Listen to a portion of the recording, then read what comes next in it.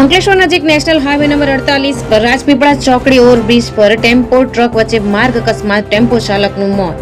અંકલેશ્વર પાસેના national highway પર માંડવા toll plaza પાસેથી બી ડિવિઝન પોલીસે ₹35,10,000નો વિદેશી દારૂનો જથ્થો પકડી પાડ્યો.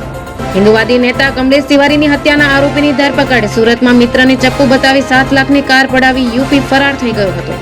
વલસાણા પોલીસ મથક દ્વારા ગૌવંશ સુરક્ષા હેઠળ મોટી કાર્યવાહી કરવામાં આવી છે.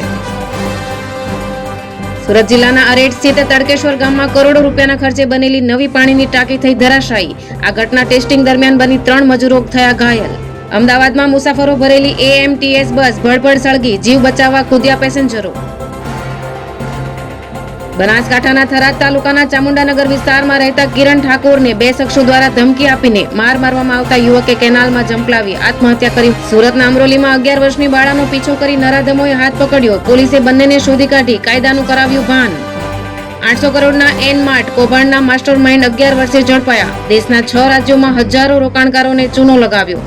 સુરતમાં પ્લાસ્ટિકના કારખાનામાં આગ લાગતા 5 શ્રમિક 35 થી 50% સુધી દાઝ્યા.